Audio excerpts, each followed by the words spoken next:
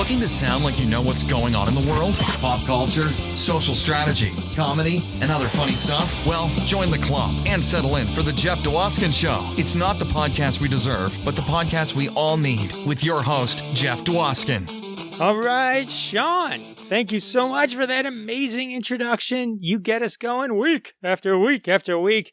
Everybody, welcome to episode 32 of the Jeff Dwoskin Show. Welcome. I am your host, Jeff Dwoskin, and it's great to have you here. Week after week, you keep coming back. We keep doing it. And this episode is amazing. It's shaken, not stirred.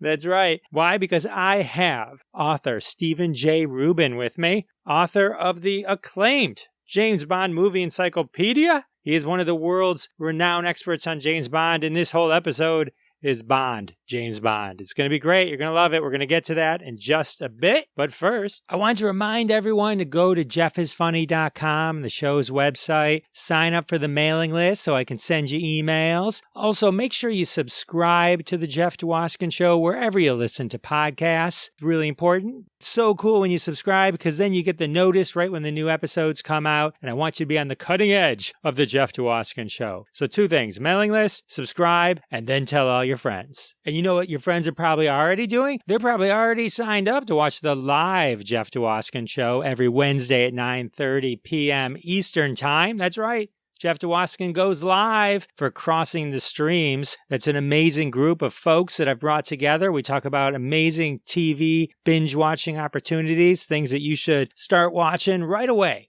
Right away. Episode 3 is this Wednesday. We've got 2 more. You can find them on the YouTube channel. Subscribe to my YouTube channel. Just search The Jeff Dwoskin Show on YouTube and subscribe. And they're all there, episodes 1 and 2. It's amazing. You're going to love it. And we got another great show for you this Wednesday. So sign up for Jeff Dwoskin Live, Crossing the Streams.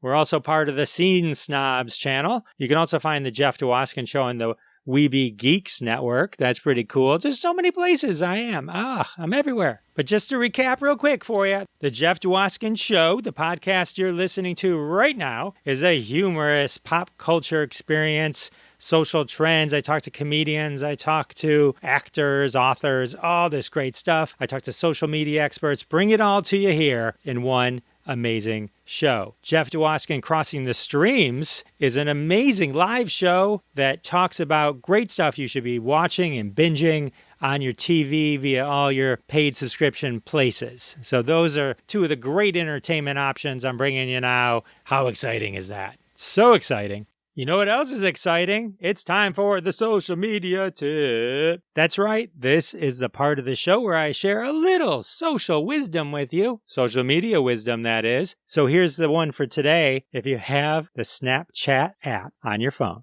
and you have the Twitter app, and in the past, maybe you took screenshots of your tweets and posted them on your Snapchat. No more. Twitter now has a direct integration with Snapchat. So if you're logged into your Snapchat app, and you go to your Twitter and you click the share options, one of them is going to be Snapchat.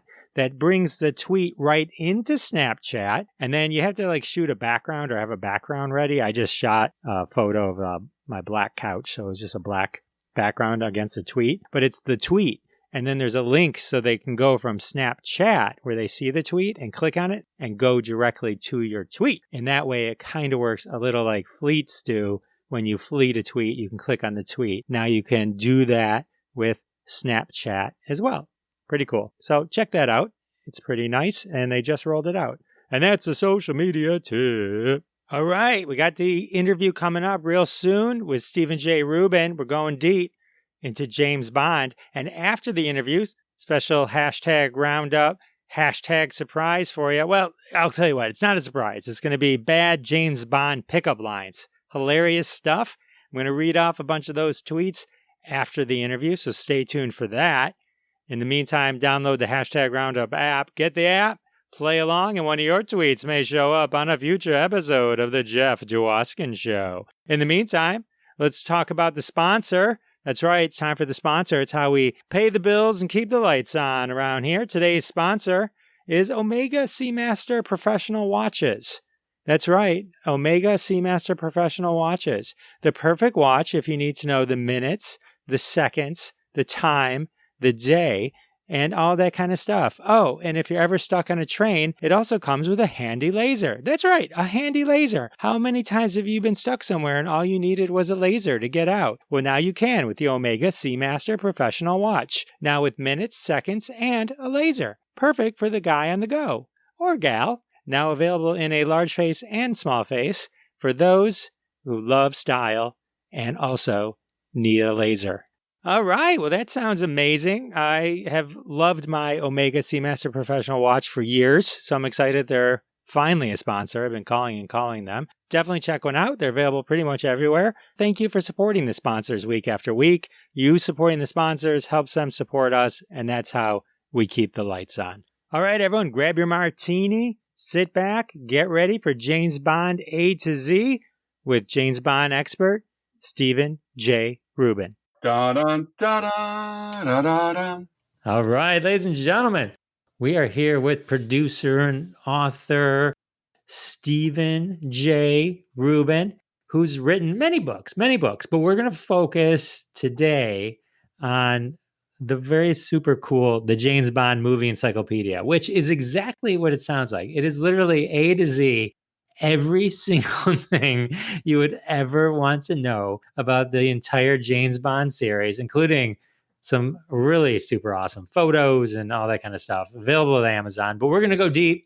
We got Mr. Rubin here, and he's a James Bond expert, and we're going in. Welcome to the show. Thank you, Jeff. Appreciate being here. Hello, everyone. It was funny when I was trying to think about this conversation and how do you cover so much?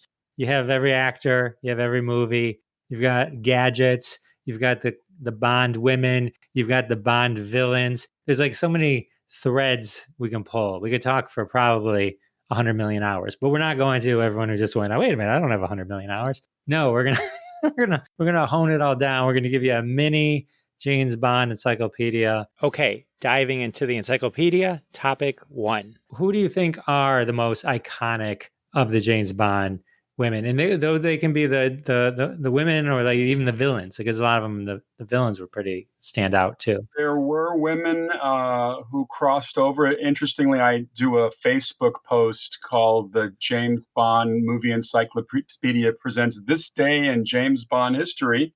And today we're wishing happy birthday to Famke Janssen, who's a Dutch actress who played Xenia Onatopp. She's the lead lady in GoldenEye, the first Pierce Brosnan. And she's a villain. I mean, she's an insatiably murderous villain who's sexy as all get out. And that's kind of a trope with the Bond women. The villainous ones are very sexy. I'll tell you, the James Bond novels by Ian Fleming really affected me when I was a kid. My dad would go on business trips and he would bring home Westerns. And for some reason, I had no interest in reading about Westerns. I watched Westerns. I was probably 10 or 11. I watched all the classic Westerns of the day. But one day he dropped Goldfinger on my desk, said, you might like this. Now I'm 11 years old. My dad drops a picture with a nude lady on the cover. And I'm looking at it, and she was covered up. It was a very PG cover, but still it's a nude lady dressed in gold, all in gold. And it had a powerful impact on me, as did a lot of the James Bond women when I first started going to the movies. I mean, as an 11 or 12-year-old, the first James Bond movie I saw was Goldfinger, that Christmas of 1964, which we can today going to see a new Star Wars movie or Avengers. It's a big event.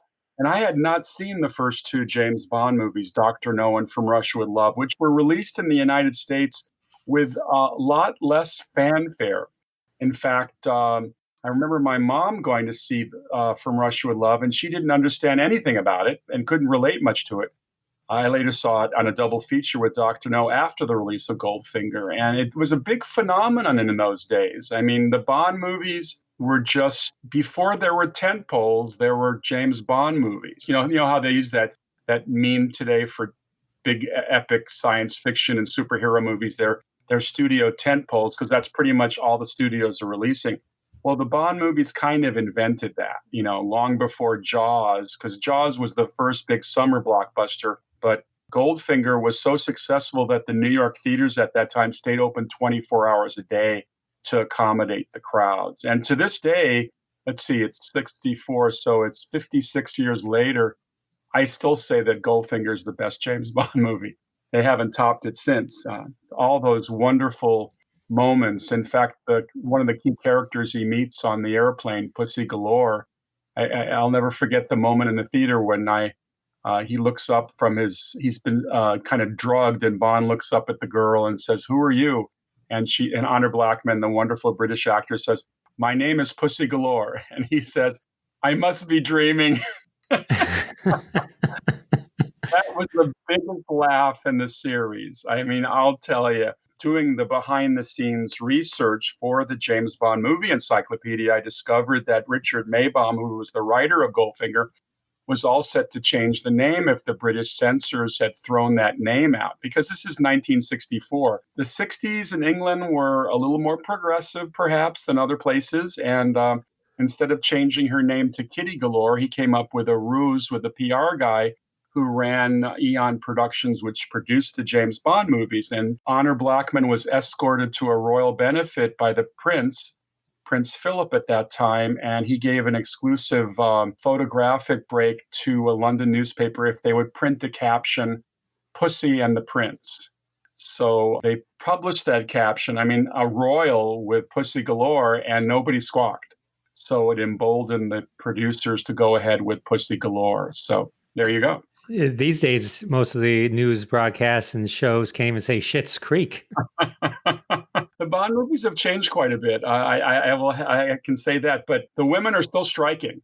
I think that there's no question. Well, I shouldn't say they're a little more PC, because James Bond movies, as a rule, are PC. They're PG films, PG-13, as we say today, because they've never alienated the family audience. I mean, even all these years later, you can pretty be safe to take your kids to see the Bond movies and your grandparents. I mean, it's a multi-generational experience.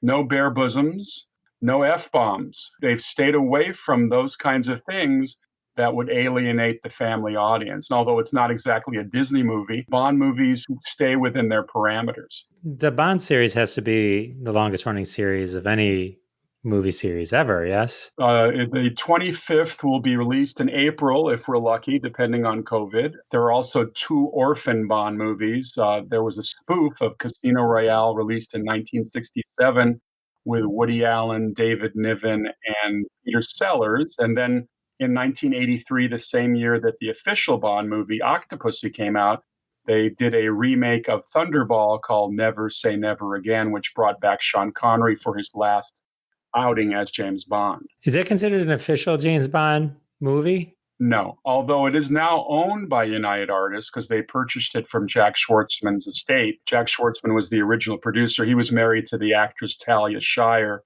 played Rocky's wife in the Rocky movies and the sister in the Godfather movies. I got to know Schwartzman very well. What happened was when Ian Fleming was still writing his books, he met a producer named Kevin McClory. And McClory didn't like any of the novels. He said, these aren't going to make good film projects. So he got together with Fleming and a writer named Jack Whittingham, and they came up with a story, a big wide-ranging world alarm story called Latitude 78 West. McClory had worked with Mike Todd around the world in 80 days, so he liked the idea of doing a globe-trotting Bond movie. So they couldn't sell it, though. At this time in the late 50s, no actor would take on a 7-year role, and no studio would take on the project unless they had an actor for 7 years. So the project fell apart, and Ian Fleming, the author, ended up taking the materials and writing a novel called Thunderball. But he didn't credit either Whittingham or McClory, and a huge lawsuit was filed in the London High Court, and over a 2-year period, Fleming lost the film rights to Thunderball. So McClory went into the marketplace and soon discovered that he couldn't make his movie because Sean Connery had already established himself as Bond. So he made a deal with Broccoli and Saltzman, the 2 producers, and they made Thunderball together in 1965 with the codicil that he could not do any more Bond movies for 10 years. McClory claimed that there were 10 or 11 Bond movies he could have done from the original materials he developed with Fleming. So 10 years later, he announced James Bond to the Secret Service, but by then the Bond series was just had gone on for 20 years. They weren't about to let a guy get away with this. So another court battle lasted years until 1982, when this gentleman, Jack Schwartzman, he got together with McClory and realized that he could make a new version of Thunderball. And that's how we got Never Say Never Again, which was released by Warner Brothers. So it's not an official Bond movie, but it is now part of the whole thing because they purchased it. Got it. So of the 7 Sean Connery films, 6 are canon, if you will, James Bond, and then the 7th, while finally found its home, is no longer. And then that was named Never Say Never Again as sort of a throwback to Sean Connery saying he would never play James Bond again. I think it was Micheline Connery, his wife, who claimed that this would be a good title because you're always saying never again. It's actually not a bad movie. I mean, it's not one of my favorites. Irvin Kershner, who directed it, who had recently done the second Star Wars movie, The Empire Strikes Back, which came in with a lot of fanfare.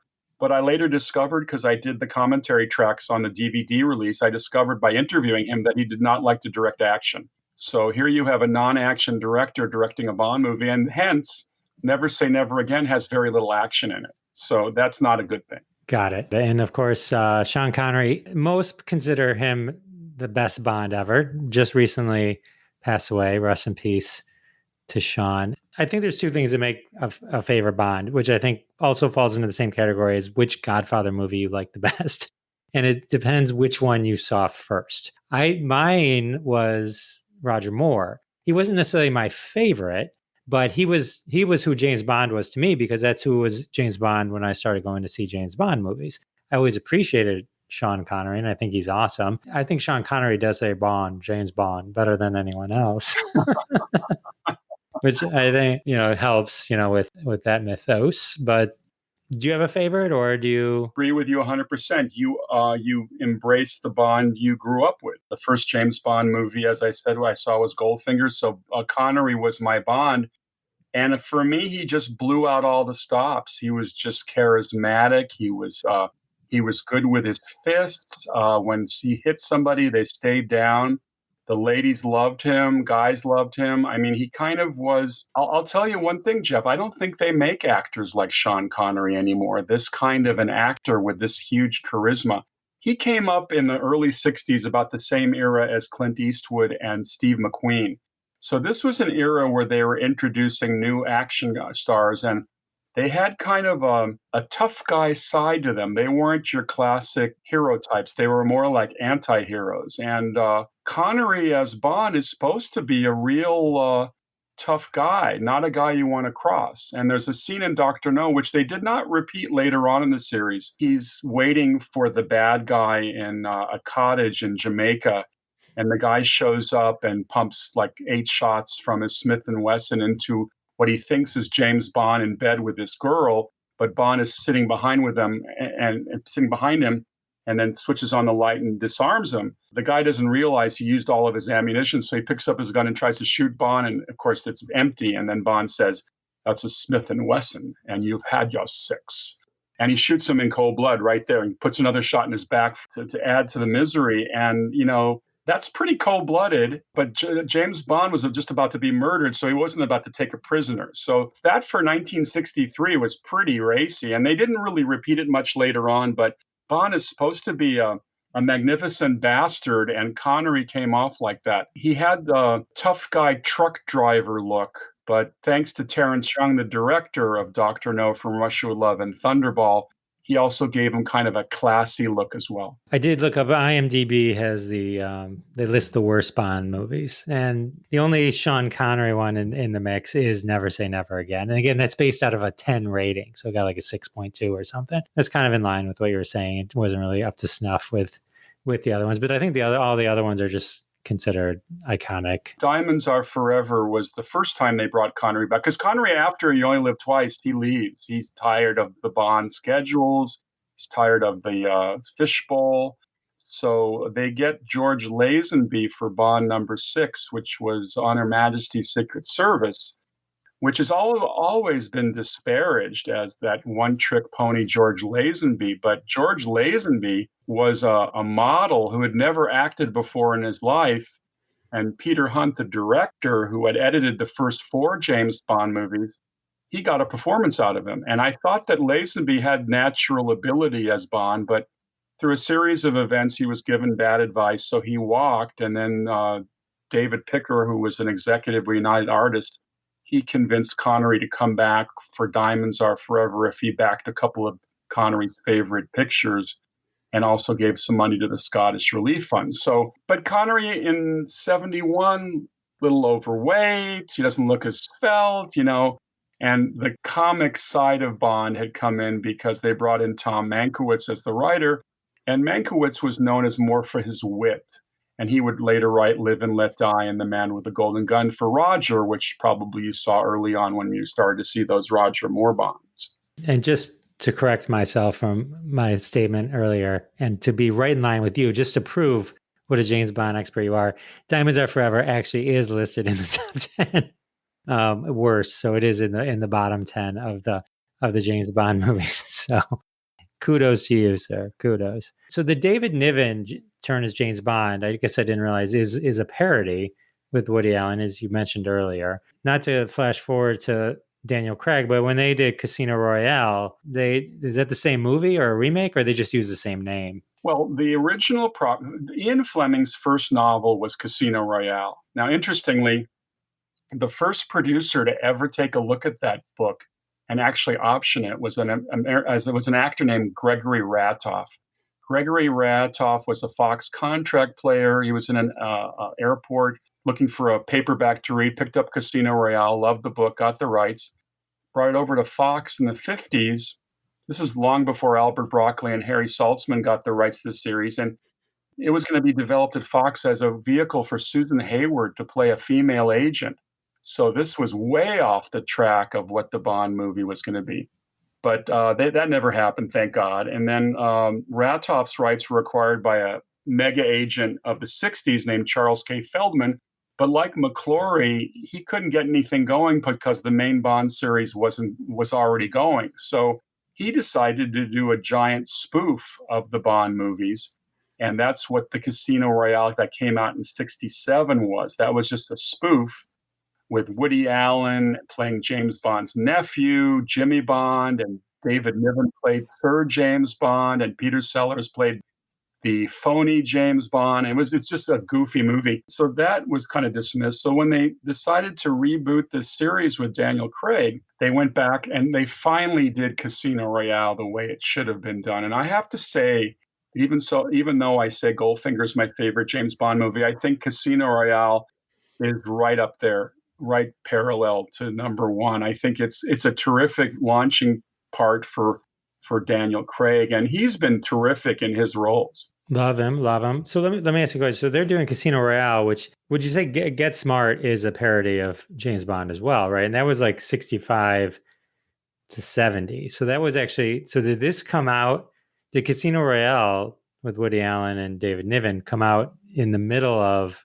Don Adams and such Get Smart, the Mel Brooks film or TV show? In fact, it hurt the main Bond series because it was released before You Only Live Twice that year. And the grosses for You Only Live Twice did not equal those for the previous film, Thunderball. So Cubby Broccoli told me that it was terrible because he felt that a lot of people thought they produced the goofy Woody Allen Bond movie, and it obviously wasn't them. Cool. All right. So then we move into Roger Moore. Late Roger Moore, I think would have been. Roger Moore was actually thought of for Bond back in the 60s pre-Connery, but they thought he was too pretty. He didn't have that kind of, as Broccoli and Saltzman say it, they wanted tough guy with his fists, kind of patterned on characters out of a Mickey Spillane or Mike Hammer novel. So he didn't quite fit that at that time.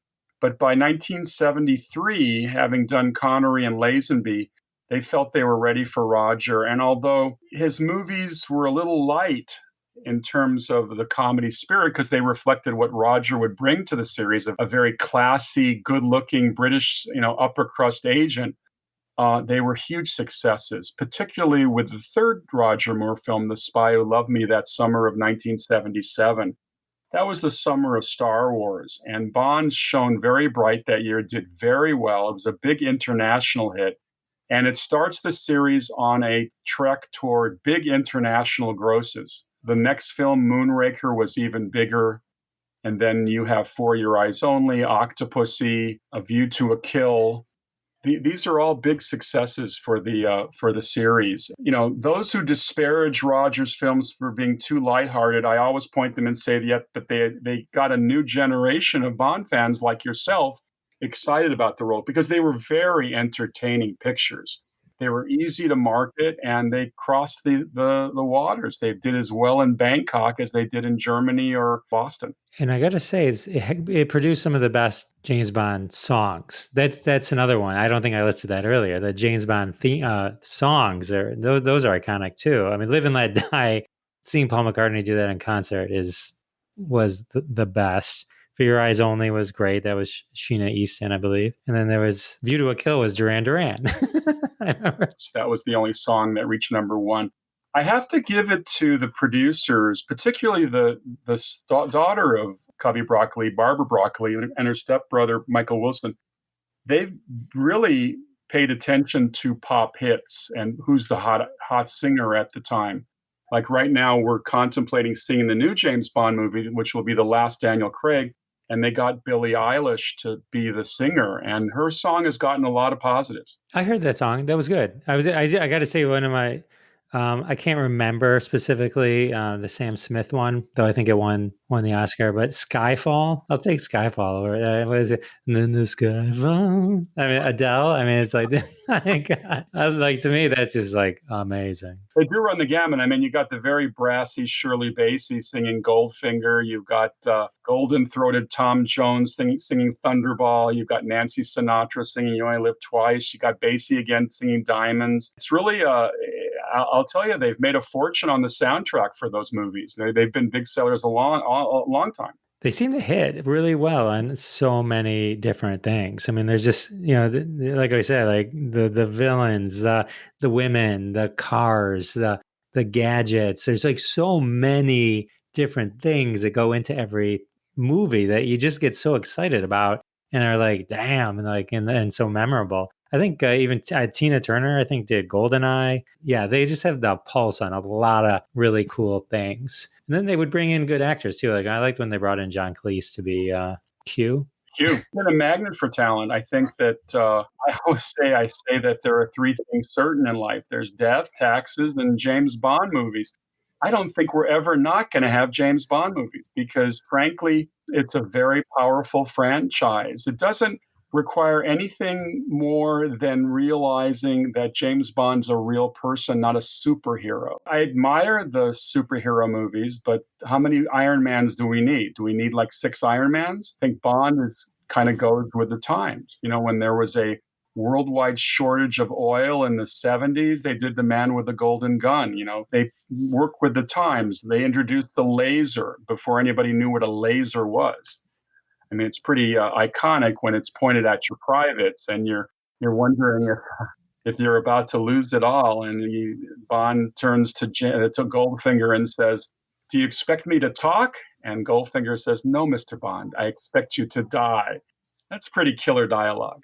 It's great dialogue. I wanted to jump in and finish just so you knew I knew it, but I wanted to let you finish. Cool. So, Moonraker, what do you feel about James Bond in space? Really bad idea. James Bond does not belong in space. It's just, well, you know what happened. The Star Wars had already become a big smash. So when they were producing Moonraker a couple years later, they thought they'd add some space footage in of, Bond going to the space station. And it just didn't work for me. It wasn't very well executed. This is pre-digital effects, so everything looks kind of clunky. Not a good idea. But Moonraker has some good things in it. It has some great music. Thought Roger did a fairly good job. It's, again, a big, spectacular production worldwide. Goes to Venice. It goes to Los Angeles. It goes to all these places. Has a kick-ass teaser with a skydiving sequence. It's got a lot going for it, but not one of my favorites. How did you feel about View to a Kill, his swan song? The worst. I would put that at the very end of the line for Bond movies. I mean, starting with the opening ski chase, which they suddenly put under some Beach Boy soundtrack. It just didn't belong in that movie. Roger was probably too old for that one, but he gave it a good try. But the whole caper, it was kind of a ripoff of Goldfinger. As you recall, Goldfinger is obsessed with gold and wants to steal gold from Fort Knox, or at least destroy the gold in Fort Knox. Max Zorin is a megalomaniac supervillain who wants to he wants to have the world's monopoly on microchips. Now, I don't think anybody cares about microchips. It was not a really good source for a plot. But his plan was to destroy Silicon Valley. That was a little too outrageous for me. Not one of my favorite Bond movies, but once again, with some great John Barry music. As bad as some of the Bond movies could get with some of their stupid storylines, the music was always good. Are there any stupid storylines up to this point that we haven't covered? I didn't like The Man with the Golden Gun either. I thought, again, it was an interesting idea to turn Christopher Lee, who'd been in all those horror movies as Dracula and Frankenstein, to turn him into a suave killer named Scaramanga.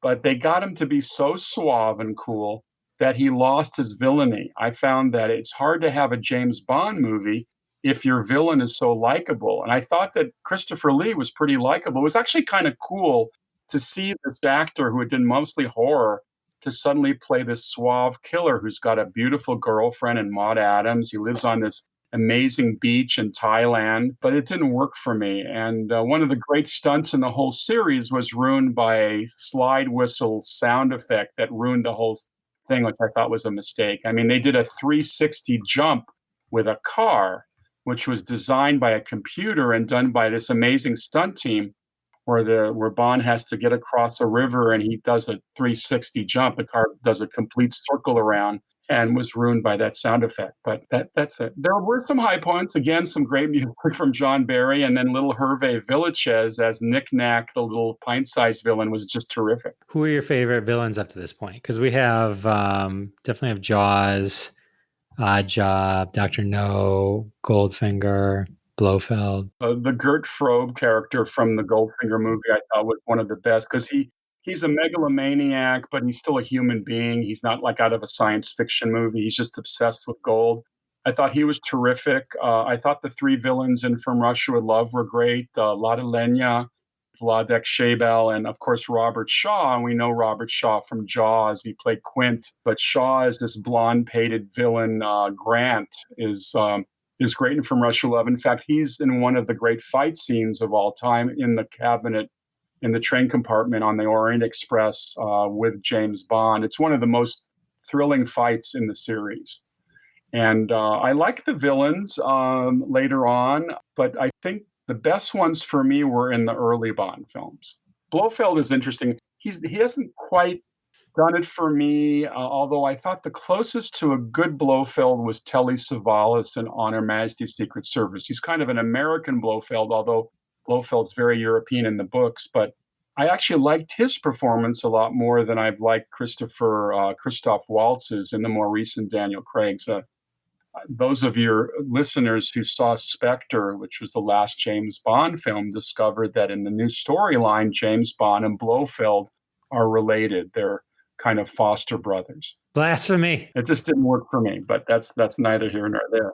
Okay, so now in the timeline, if I recall, as a young boy, they're trying to get Pierce Brosnan. And like Brosnan, who was under contract to NBC, was making that TV series Remington Steele, couldn't get out of his contract. So they decided that they can't wait. So they went with Timothy Dalton. Timothy Dalton did 2 James Bond movies. Then finally, they got Pierce Brosnan back to play Bond in his debut, which was a long delay, by the way. There were some issues with the studio. MGM went through some hellacious times as kind of a football being thrown between various financing parties, and they couldn't get any movies financed during that period. So the next James Bond movie doesn't come out till 1995. I don't remember which Timothy Dalton movie it is. He's. I know some people like him and think he's a good version. And there was one of those movies. I can't remember which one it was. I was watching it like in a bar, and I'm like, This is the worst movie I've ever seen. Timothy Dalton's first James Bond movie was supposed to be Pierce Brosnan's first James Bond movie. So it played to what they thought were Pierce's strengths, which was the living daylights. And that's another one of these Roger Moore-sized big epic globe-trotting Bonds. The second Timothy Dalton movie, License to Kill, was kind of played like a long Miami Vice episode. It's got a very dreary storyline. James Bond's friend Felix Leiter is mutilated by this drug kingpin named Franz Sanchez, played very well by Robert Davi. But the storyline of taking down this drug kingpin could have been a long Miami Vice episode. So I don't think it did Dalton's tenure as Bond very well. And then indeed they decided to go with Pierce Brosnan for the next film. Were they going to go with Pierce regardless? Or, once they could get him, they're dumping Timothy Dalton regardless? Well, I think if the Dalton film License to Kill had done better, but I think that was just an ill-conceived Bond movie, so it didn't do very well, at least in terms of the normal Bond grosses. So yeah, they were ready to make a change. Timothy was very serious. I think he did his homework. I thought he was a good Bond movie, but I don't think they wrote to his strengths. And also, I find Timothy, although he's a very good actor, when you put him next to Pierce Brosnan, he doesn't have that panache that I think Brosnan has. Brosnan's he's got that twinkle in his eye that Bond needs. I loved him as James Bond. He was awesome. So with GoldenEye, if I remember correctly, if memory serves, so it's now about 6 years, like you said, since the previous one. And these are now blockbusters again, right? I mean, he brings the serious cash back to the James Bond franchise. People are just excited in general about James Bond again. They are. I mean, people have been waiting for Pierce Brosnan to take on the Bond thing for years. So I think the combination of Pierce, they brought in a marvelous director, a British director named Martin Campbell. And Campbell, unlike Irvin Kershner, Campbell is terrific with action. And I think that they just pulled out all the stops and they gave some great villains. Sean Bean, who we know from so many films since, has played Boromir in the Lord of the Rings movies. He played Ned Stark in Game of Thrones. He's become one of our favorite actors from the United Kingdom. He played the renegade agent Alec Trevelyan in GoldenEye. And he's great. And I mentioned earlier Xenia Onatopp, played by Famke Johnson, who was also good. It was good. It was good. I think that it was a lot of fun and launched the series back into the stratosphere. She's also very well known for everyone listening. She was Jean Grey in the X-Men movies. Great in that too. Also plays Liam Neeson's wife in those Taken movies. Exactly. So, okay. So give me, what are your feelings on Denise Richards? That World Is Not Enough, where she's Dr. Christmas? For Christmas Jones, which of course is responsible for one of the great lines at the end of the show. Denise Richards gets a few brickbats, but I thought she was terrific. I mean, she looks great. I thought getting her to play a nuclear scientist was a little bit of a stretch, but she's great. There's nothing wrong with that. You've got Sophie Marceau in that movie playing a very interesting character. The movie's packed. It's actually my favorite Pierce Brosnan. I think it has all the bells and whistles and a very satisfying conclusion. I did not like the previous one. I did not like Tomorrow Never Dies. I thought it had another one of those ridiculous plots, a newspaper executive wants to start World War III to increase his circulation. I don't think so. Seems reasonable to me. I don't know what you're saying. You're crazy, Steve. How many books did Ian Fleming write? I think, let's see, I'm trying to remember. I think it was 11 novels and 2 collections of short stories. So there's not a lot of material. So they ran out of titles years ago. Everything we see now is brand new. It's just sometimes they slap on a previous title. I mean, Casino Royale is probably the closest to the original book because it's still about a game of chance in Europe.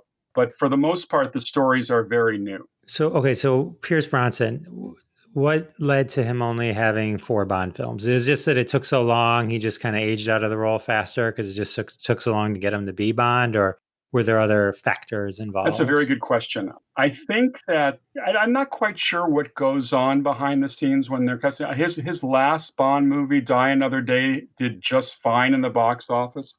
It's another world globetrotter. And I thought in many ways it was great. It just kind of fell apart in its last act. I guess they just decided that they wanted somebody new. Perhaps he was getting a little older, although he looked terrific. Daniel Craig kind of came out of nowhere. I mean, nobody knew who Daniel Craig was. I mean, he'd been in some movies, in some dramas, but nothing that really stood out. Yet he came in and we disparaged him at first. That blonde Bond. Who's this guy? And after I saw Casino Royale, I shut up. I mean, he was terrific. I love Daniel Craig. I love everything he's in. But his take on James Bond, I think, is just great. To me, it's kind of, without comparing it, like literally like watching them next to each other. I mean, just the memory of the coolness of Sean Connery. To me, Daniel Craig has that kind of thing. There's no kitsch like a Roger Moore or anything like that. I mean, he's this good-looking badass who's going to kick your ass and kill you. Here it is. We're in the he debuts in 2006. By then, there's a lot more competition in the marketplace. You got the Bourne films.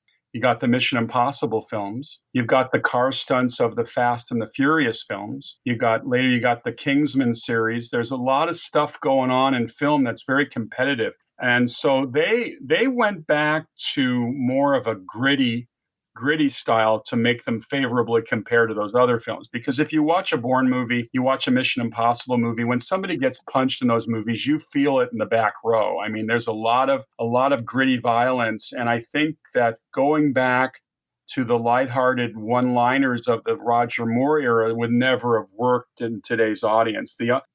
The male audience, particularly the male audience that sees action movies in movie theaters, and remember when we used to go to movie theaters, they liked their action tough and gritty. So who better than to convey that than Daniel Craig, who is another one of these kind of gritty actors who sells his punches very well. In fact, I think he's been hurt in a couple of the movies, so he gets into it so much. Yeah, he's great. I don't know that I loved Spectre, but the other ones I thought were great. I feel like Quantum of Solace didn't get great reception, but I liked it. I thought it was good. I thought it was a great extension of Casino Royale, and Skyfall I thought was really good. Craig is great, whatever he's in, and he's in every scene. So the movies can't be total dogs, right?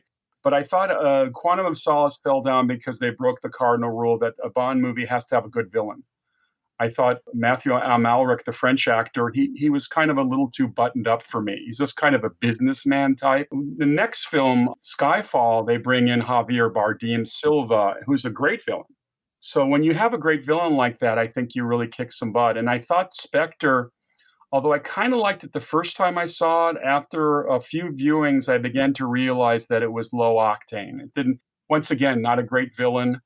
I did not like Christoph Waltz in the role of his son's foster brother, and the action was kind of disappointing. I mean, considering all the money they spent. By the way, the new one, No Time to Die, I think it's going to be terrific because they blew out all the stops. I have a feeling we're going to walk away from the Daniel Craig era on a very high note. Well, I hope so, because that would be amazing. He deserves that. I think he put a lot of good Bond into James Bond. So very cool. Let's see. So, all right. So overall, your favorite James Bond song? I would probably say that Goldfinger is for me, since it was the first Bond movie I ever saw, and I play it a lot on my car CD. Actually, I don't play it on a CD player. That was long ago. Now I play it on my phone. Goldfinger is one of my favorite. I love Thunderball. I like the theme from Casino Royale. I think that's a good theme. There've been very few bad themes. I like pretty much all of them. They serve their movies very well, along with the title sequences. The title sequences have maintained the kind of fun. That's another trope of the Bond movies, that they have these wonderful title sequences. Initially, it was Maurice Binder who filmed the nude girls in silhouettes. So you didn't see anything, but you got the feeling that they were nude. And then Daniel Kleinman has taken over that role since Casino Royale, and he's done some nice title sequences. Favorite side villain? I would have to say Odd Job, also in Goldfinger, was just terrific with that bowler hat of his. He flings like a frisbee that can cut a person's head off. That's pretty cool. Another great villain, I would say, I liked the villain in Casino Royale. I liked Mads Mikkelsen. He played Le Chiffre. He's the one who drips blood out of his eye. And he's playing cards, that great Texas Hold'em thing, which was changed from the book, obviously. The book written in the 50s was all about Baccarat. But by 2006, they thought Texas Hold'em would be a good game. And I like that. The poker game in Casino Royale is a huge set piece. It goes on for, I think, over an hour. And top 2 female innuendo names. Well, you got to go with Pussy Galore. I mean, she'd have to be there. And then I think Lois Childs and Moonraker had another great one in Holly Goodhead. Awesome. Who's your favorite Bond girl? My favorite Bond girl, Claudine Auger in Thunderball, and she played Domino. And she's just, unfortunately, we lost her earlier this year.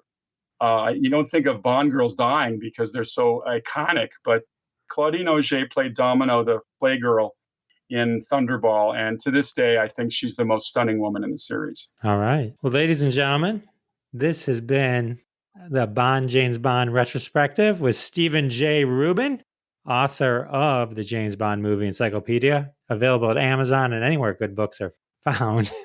It's a great book. This is like what version of this book are we on now? This is the 4th edition. It's my first Bond book in 17 years. It's in full color. A lot of photographs, over 400 photographs, every fact that you need to be a Bond expert, and some wonderful paintings by Jeff Marshall, who's an East Coast artist, a wonderful artist, and Brian May, another wonderful artist. I'm very happy with the way the book turned out. I'll put all the links in the show notes as well. But you mentioned, I know you do the James Bond Today on Facebook. How can people follow you there?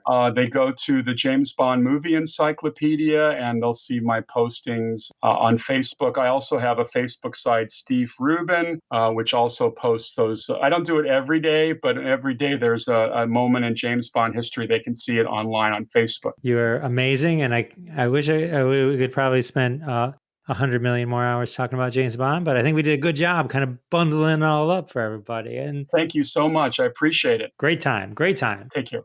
I hope you all enjoyed that James Bond A to Z with Steven Jay Rubin. If you love James Bond, you got to check out his book, The James Bond Movie Encyclopedia. You can get it at Amazon. I'll put a link in the show notes. But if you're a big James Bond fan, that's the book you got to have. Literally so much information in that book. It's incredible. And you know what else is incredible? It's time for the hashtag Trend of the Week on the Jeff Dwoskin Show. That's right. Every week, we find a hashtag that was played on hashtag Roundup. Go to hashtag Roundup on Twitter at hashtag Roundup. Download the app, play the hashtag games, and one day you may show up on the Jeff Dwoskin Show. That's right. So today's hashtag, keeping in theme with the show, hashtag bad James Bond pickup lines. We all know James Bond was quite the ladies' man, but here's some pickup lines that maybe he just shouldn't have used. All right, here we go. Hashtag bad James Bond pickup lines. Hey, babe, I'll have you screaming for more. Roger Moore. Hey, want to put your 7 in between my double O's? All right, these are some really bad James Bond pickup lines. Hey, girl, I'll make you a 00 if you know what I mean. Actually, I have no idea what that tweet means. Hey, girl, I'm a Bond in the streets and Goldfinger in the sheets. That would get me. I have to admit. I'm a sucker for that one. I want to show you my 007 face. Wait. I can do that better. I want to show you my 007 face. I'm not sure it was better, but it was definitely an attempt at being better. I've got something for your eyes only, girl. The world is not enough, but I am. I put the Bond in bondage. Okay, so these are admittedly some hashtag bad James Bond pickup lines, and here's the final one. The name is Bond. James Bond. Can I show you my gadgets? I swear the lady said it was a massager. Okay. Well, thank you, hashtag Roundup, for bringing us hashtag bad James Bond pickup lines and hashtag You're It, the weekly game on hashtag Roundup that created that hashtag. Thank you very much. And here we are again at the end of another episode. Can't believe it. Can't believe this is the end of episode 32. How did we get to 32 episodes? I'll tell you how. All of you great listeners and fans out there, liking, subscribing, telling your friends, thank you so much. Can't thank you enough. If you're like, where can I subscribe on YouTube and get that book, the James Bond book? Go to the show notes. Go to jeffisfunny.com. Everything will be on the page for this episode, episode 32. And also, don't forget to join the mailing list. Please join the mailing list. I'm trying to build up a mailing list of 100 million people, and I'm 100 million short, minus a few. So if you can help me out there, that'd be great. Until then, I will see you next week. Thanks so much for listening to this episode of The Jeff Dwoskin Show with your host, Jeff Dwoskin. Now go repeat everything you heard and sound like a genius. Catch us online at thejeffdwoskinshow.com or follow us on Twitter at Jeff Dwoskin Show. And we'll see you next time.